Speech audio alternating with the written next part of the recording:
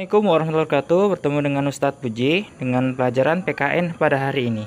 Materi hari ini perwujudan Pancasila sebagai dasar negara dan pandangan hidup bangsa. Dengan submateri penerapan Pancasila pada masa Orde Baru dan masa reformasi. Tujuan pembelajaran pada materi hari ini ialah dengan membaca materi pembelajaran, siswa dapat menjabarkan masing-masing contoh penerapan Pancasila pada masa Orde Baru dan masa reformasi. Sebelum kita mulai pembelajaran, kita berdoa dulu ya. Bismillahirrahmanirrahim. Rabbi zidni ilma warzuqni fahma waj'alni minas salihin. Sebelum masuk inti pembelajaran, tahukah kamu apa yang dimaksud dengan Pancasila sebagai dasar negara dan Pancasila sebagai pandangan hidup bangsa? Bagaimana? Masih ingat? Pancasila sebagai dasar negara memiliki fungsi 1. Sebagai dari segala sumber hukum 2. Suasana kebatinan 3. Cita-cita hukum bagi hukum dasar negara 4. Norma-norma yang memegang teguh cita-cita moral rakyat yang luhur dan yang kelima, sumber semangat. Kemudian, Pancasila sebagai pandangan hidup bangsa yang artinya 1. Memberikan jawaban terhadap tantangan dan hambatan dalam mewujudkan kehidupan yang lebih baik.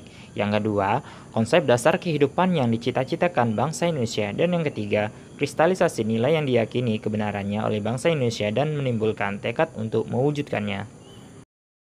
Yuk kita flashback kembali materi sebelumnya pada pekan yang lalu ya. Masih ingat materi sebelumnya? Materi minggu lalu ialah penerapan Pancasila pada masa awal kemerdekaan dan pada masa Orde Lama. Pada masa awal kemerdekaan Indonesia, Pancasila mengalami beberapa tantangan, di antaranya pemberontakan-pemberontakan yang terjadi di Indonesia, seperti pemberontakan PKI di Madiun, PRRI, APRA, dan lain sebagainya. Dan pada masa Orde Lama terjadi penyimpangan terhadap Undang-Undang Dasar 1945. Sudah mulai ingat kan?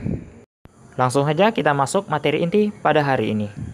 Materi hari ini penerapan Pancasila pada masa Orde Baru dan masa reformasi. Sebelum itu terjadi beberapa peristiwa-peristiwa berikut ini.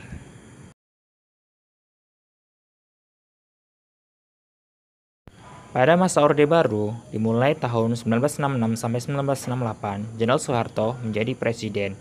Menjadi harapan bagi rakyat Indonesia karena telah terjadi perubahan politik dari yang bersifat otoriter, demokrasi terpimpin saat itu menjadi lebih demokratis. Pada masa Orde Baru, terdapat beberapa prestasi, di antaranya 1. Membubarkan PKI, 2. Menciptakan stabilitas keamanan dalam negeri, dan 3. Terlaksananya pembangunan nasional dan tumbuh dengan pesat, dan 4. Terbentuknya lembaga negara, LSM, dan berbagai lembaga politik. Namun pada masa Orde Baru tidak luput dari permasalahan negatif, di antaranya 1. Kebebasan politik dibatasi, 2. Terbatasnya kebebasan pers dan berpendapat, dan 3. Hilangnya atau ditangkapnya aktivis yang mengkritik pemerintah, dan 4. Terjadinya pelanggaran HAM. Selanjutnya, pada masa reformasi.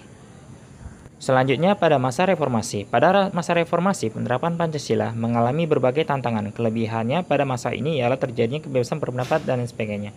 Dan tantangannya ialah 1. Pergaulan bebas, 2. Pola komunikasi, 3. Peredaran narkoba dan miras, 4. Aksi anarkis, vandalisme, dan konflik, dan 5. Menurunnya persatuan dan kesatuan bangsa Indonesia itu sendiri.